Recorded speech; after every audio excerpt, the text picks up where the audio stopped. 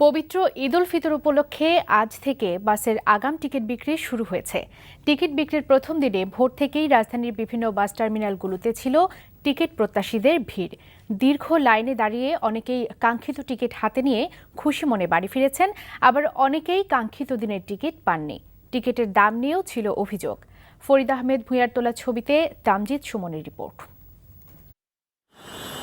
নির্ঘুম রাত শেষে ক্লান্ত চোখে ভোর থেকে দাঁড়িয়ে থাকা, নারীর টানে প্রিয়জনদের সাথে ঈদের আনন্দ ভাগ করে নিতে যে কোনো মূল্যে নির্ধারিত তারিখের একটি টিকিট নিতে পারলেই হলো।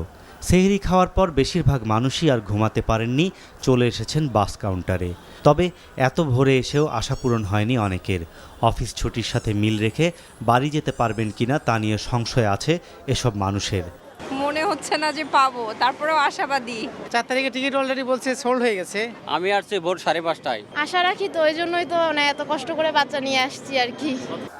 দীর্ঘ লাইনে দাঁড়িয়ে যারা টিকিট সংগ্রহ করতে পেরেছেন তাদের মুখে ছিল স্বস্তির ছাপ। আবার অনেকের অভিযোগ ছিল প্রথম দিনেই টিকিট না পাওয়ার। 6টার দিকে আসছি আর কি, আজকে এই পর্যন্ত কেবলমাত্র টিকিট কাটলাম। 4 তারিখে হয়নি, 5 তারিখে। আপনজনের সান্নিধ্যে নারীর টানে যাচ্ছে, এটা খুব ভালো লাগার। 50 সিরিয়ালে মানে কি 2টা গাড়িরও তো লোক হয় না এখানে, তাই না? ওনারা দাবি করতেছে যে টিকিট নাই।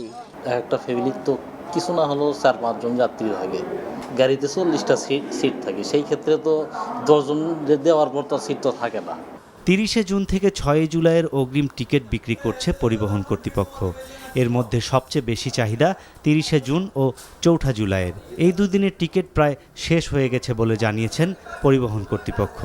4 তারিখ রাতে প্রেশারটা বেশি এবং 30 তারিখে একটু প্রেশারটা আছে। রাতের গাড়ির টিকিটগুলো বেশিরভাগ ক্ষেত্রে সোল্ড হয়ে গেছে। এসিটা কিছুটা বেশি, কিন্তু সব পরিবহনের একই অবস্থা, কারণ এগুলি গাড়ি তো আসবে খালি।